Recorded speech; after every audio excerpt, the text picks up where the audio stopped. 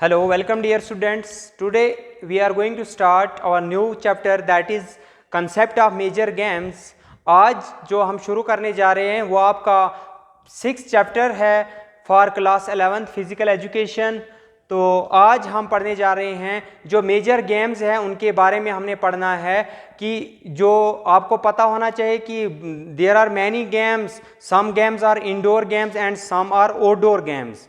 जो गेम्स हम अपने घर के बाहर खेलते हैं, जिन गेम्स के लिए हमें एक स्पोर्ट्स फील्ड की ज़रूरत पड़ती है, हमें ग्राउंड्स की ज़रूरत पड़ती है, तो वही आ गई मेजर गेम्स। उन मेजर गेम्स के बारे में आज हम पढ़ेंगे, उनकी डायमेंशन क्या है, डायमेंशन के साथ साथ उनकी टर्मिनोलॉजीज़, कौन कौन से स्किल यूज़ किए जाते हैं इन गेम्स में। तो so today we are going to discuss on the game that is kho खो।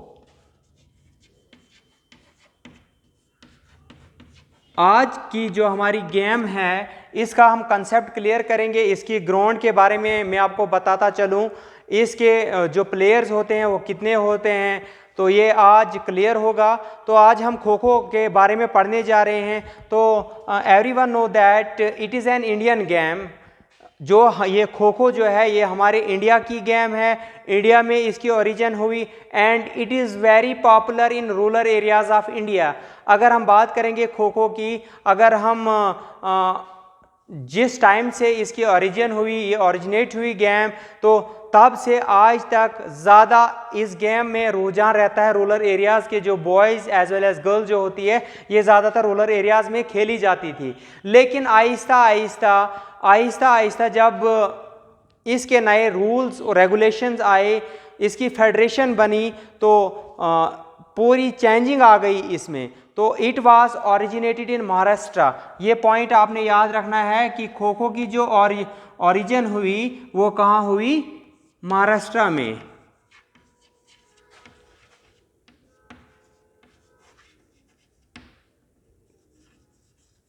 It was originated in Maharashtra.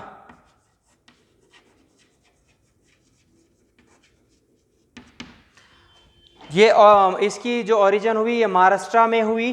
तो इसके बाद 1958 में इसकी फेडरेशन बनी, the kho kho federation of India.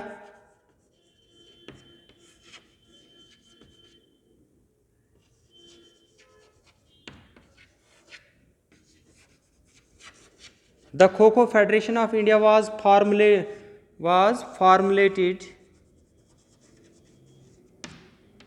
in 1958।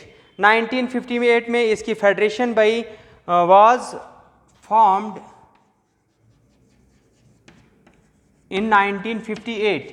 जब 1958 में इसकी फेडरेशन बनी तो आहिस्ता आहिस्ता इसके रूल्स और रेगुलेशंस चेंज होते गए। तो इसके बाद ये गेम हमारे इंडिया के अलावा जो हमारी नेबरिंग कंट्रीज़ है, अगर हम बात करेंगे नेपाल की, बांग्लादेश की, तो इन कंट्रीज़ में भी ये गेम्स खेली जाती है। तो 1958 में ये kho kho federation of India formulate हुई। उसके बाद 1960 में पहली नेशनल चैम्पियनशिप हुई। The first championship was held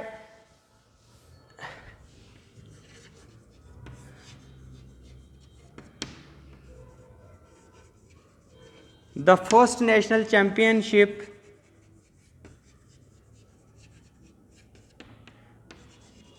was held in 1960। ये महाराष्ट्र में ही हेल्ड हुई। और ये किस किस के बीच में चैंपियनशिप हुई? Vijayawada and Maharashtra. And this championship, जो ये चैंपियनशिप 1960 में हुई Vijayawada for man, won, Maharashtra ने ये चैंपियनशिप जीती थी। Maharashtra won this championship. तो उसके बाद आहिस्ता आहिस्ता ये एशियन गेम्स में भी आई। तो 1996 में पहली बार खो खो को एशियन गेम में भी इंक्लूड किया। उसके बाद आहिस्ता आहिस्ता जब इस गेम ने तरक्की की तो फिर ये ओलंपिक्स लेवल तक गई और 1936 में बर्लिन ओलंपिक्स में इस गेम ने हिस्सा लिया। 1936 में बर्लिन ओलंपिक्स,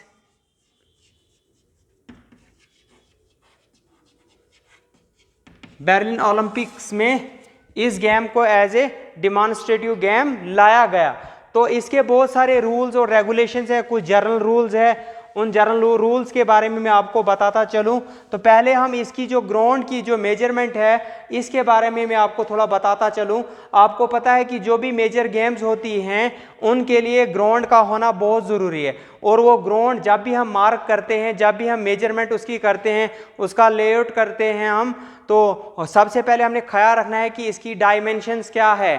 तो वो डायमेंशंस, इसकी मेजरमेंट, लेंथ, ब्रेड्थ, ये सब हमें पता होना चाहिए, तभी जाके हमें एक्यूरेट ग्राउंड बनने को मिलेगा। तो सबसे पहले आपको पता होना चाहिए कि जो ये खो खो गेम है, ये मैंने आपको ऑलरेडी बताया है कि ये हमारी इंडिया की गेम है, इसकी ओरिजिन महाराष्ट्र से हुई है।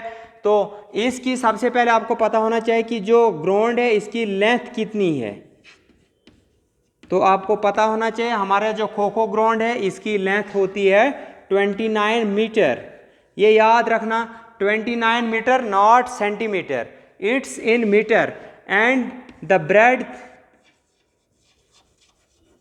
Breadth is 16 meter. अब इसकी जो लंबाई है वो है 29 मीटर और इसकी जो चौड़ाई है वो है 16 मीटर।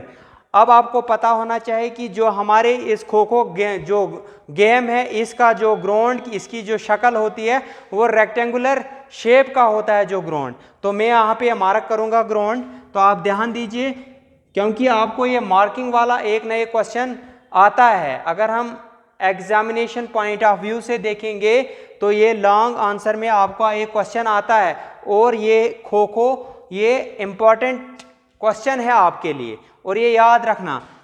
तो इसकी जो सबसे पहले हम यहाँ पे एक लाइन हमने जो ड्रा की है, ये आ गई इसकी लेंथ। हम इसको डिनोट करेंगे लेंथ। इसकी लेंथ कितनी है, मैंने ऑलरेडी आपको बताया है कि इसकी जो लेंथ है खो खो ग्राउंड की ये 29 मीटर्स लेंथ होती है इसकी। अब इसकी जो ब्रेड्थ है वो हम यहाँ से यहाँ के लिए हमने लाइन मार्क की। अब मैं बोर्ड पे ये जो लाइन मार्क कर रहा हूँ यहाँ मैं डायरेक्टली कर रहा हूँ। अगर हमने यही ग्राउंड यही लेआउट हमने ग्राउंड में करना है तो हमें वहाँ पे बहुत सारी चीज़ों की ज़रूरत पड़ती है। तो वहाँ पे हमें एक्यूरेट ग्राउंड कैसे आएगा ये मैं आपको बताता चलूँगा, ये मैं आपको बताऊँगा ये कैसे आएगा। तो अगर लेंथ इसकी है 29 मीटर एंड द सेम ये इसकी जो अपोजिट जो लाइन है इसकी लेंथ भी 29 मीटर ही होगी। ये आ गया 29 मीटर। जब ये 29 मीटर आ गया तो इस सबसे पहले हमें 29 meter and the breadth is 16 meter, ये आ गए इसकी 16 मीटर। तो आपको पता है इसमें खो खो जो ग्राउंड होता है इसमें दो पोल लगे हुए होते हैं, जहां से जो रनर होता है वो टर्न करता है, वो चेजर को पकड़ना, जब चेजर को जब पकड़ता है जो रनर होता है उसको चेज करता है तो वो अपनी डायरेक्शन जो पोल होता है वहां पोल पे अपनी डायरेक्शन को चेंज कर सकता है। तो सबसे पहले अगर हम बात करेंगे तो फ्री जोन एरिया जो होता है खो खो ग्राउंड का, ये आ गया आपका फ्री जोन एरिया। इसकी जो डायमेंशन होती है वो होती है 2.75 meter, 2.75 meter both side, 2.75 meter. तो इसके साथ में 16 मीटर, 8 मीटर, इसका अगर हम हाफ करेंगे 16 का तो वो आ गया 8 मीटर पे हमें एक पोल होता है, ये पोल है 8 मीटर पे। ये पोल होता है ये 1.22 मीटर,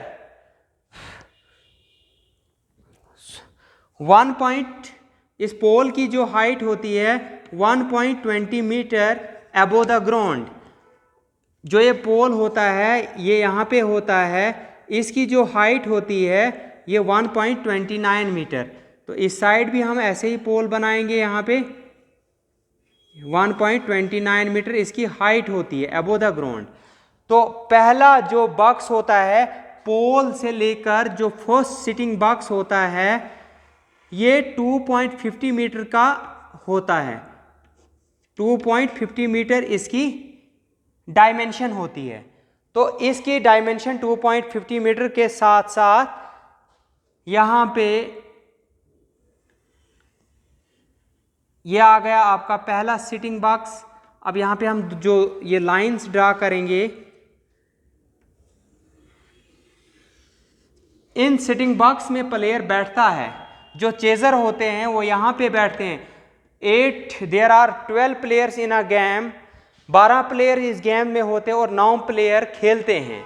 तो इसमें जो चेजर होते हैं वो इन सिटिंग बॉक्स में बैठते हैं।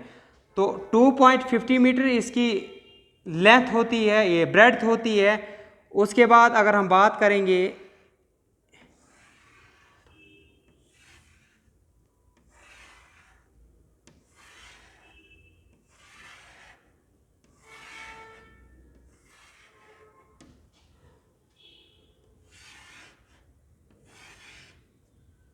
बाकी फ्री जोन एरिया 2.75 मीटर का पहला बॉक्स होता है। अगर हम बात करेंगे सेकंड बॉक्स की तो ये 2.50 मीटर का होता है। उसके बाद सारे जो ये बॉक्स होते हैं, जो ये डिस्टेंस होते हैं, जो स्पेस होती है वो 2.30 मीटर की सब की होती है। तो आपको पता है जो ये सिटिंग बॉक्स हैं, सिटिंग बॉक्स जो हैं, जो ये सिटिंग बॉक्स हैं, ये सिटिंग बॉक्स 30 सेंटीमीटर स्क्वायर के होते हैं, 30 सेंटीमीटर स्क्वायर के होते हैं। तो इसमें आपने याद रखना है कि जो हमारी लेंथ है इसकी वो 29 मीटर होती है और इसकी जो ब्रेड्थ है वो 16 मीटर की होती है। और इसका जो एरिया फ्री जोन एरिया जो है वो इस ग्राउंड को इंक्लूड करके जो पूरा 29/16 मीटर इसी में पार्टीशन होती है इस ग्राउंड की। तो पहला जो बॉक्स अगर हमने मार्क करना है वो 2.75 मीटर पे हमने पॉइंट देना है, फिर जाके हमने ड्रा करनी है लाइन और उसको हम फ्री जोन एरिया कहते हैं। और उस फ्री जोन एरिया की जो डायमेंशन होती है वो 2.75 मीटर की होती है। After that free zone area के बाद जहाँ पे पोल लगा हुआ होता है, मैंने आपको बता दिया कि पोल की जो 2 पोल होते हैं खो खो ग्राउंड में, ये पोल की जो हाइट होती है above the ground 1.20 meter high होता है। 1.20 मीटर इसकी हाइट होती है। और इसके बाद जो हमारा पहला बॉक्स होता है, जहाँ पे जो चेजर सिटिंग, जो प्लेयर जो सिटिंग बॉक्स में बैठता है उसकी डायमेंशन 2.50 मीटर की होती है। यहाँ इस साइड भी वैसे ही, इस साइड भी ऐसे, राइट साइड भी वैसे और लेफ्ट साइड भी वैसे।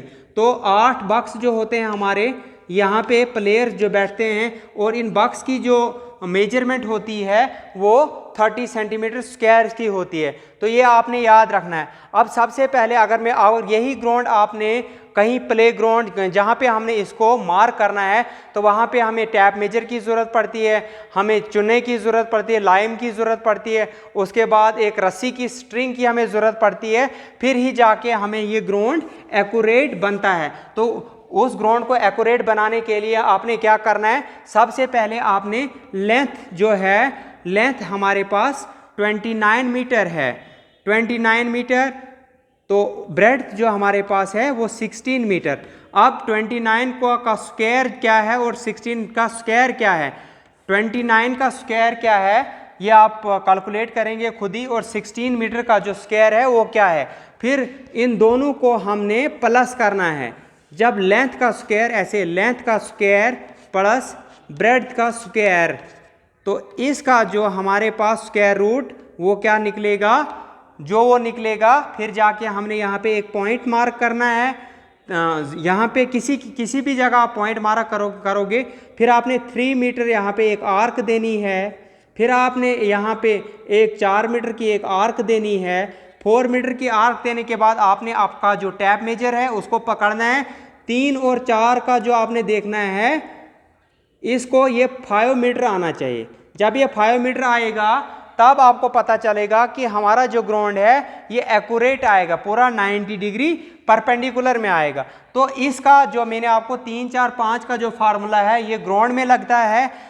इसके बाद जो हमने, अब आपको पता है कि हमने 29 मीटर एक लेंथ, 29 मीटर एक हमने लाइन, स्ट्रेट लाइन ड्रा करनी है, तो वो बिल्कुल एक्यूरेट आनी चाहिए और वो 90 डिग्री पे आनी चाहिए।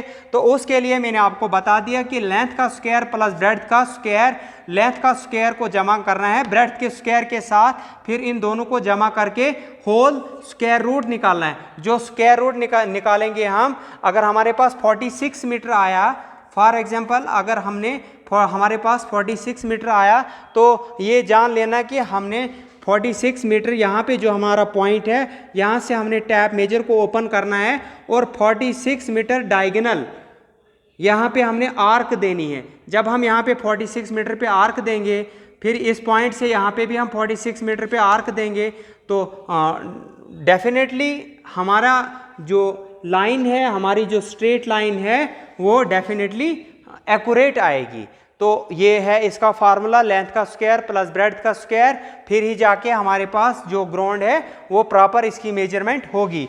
तो आपको ये पता होना चाहिए कि फ्री जोन एरिया का जो डायमेंशन है वो 2.75 मीटर 2.75 मीटर की है। उसके बाद जो पहला सिटिंग बॉक्स है उसकी 2.50 मीटर की है। उसके 2.50 मीटर को छोड़ के बाकी जितने भी 7-6 जो सिटिंग बॉक्स आते हैं उनकी 2.30 मीटर की डायमेंशन होती है।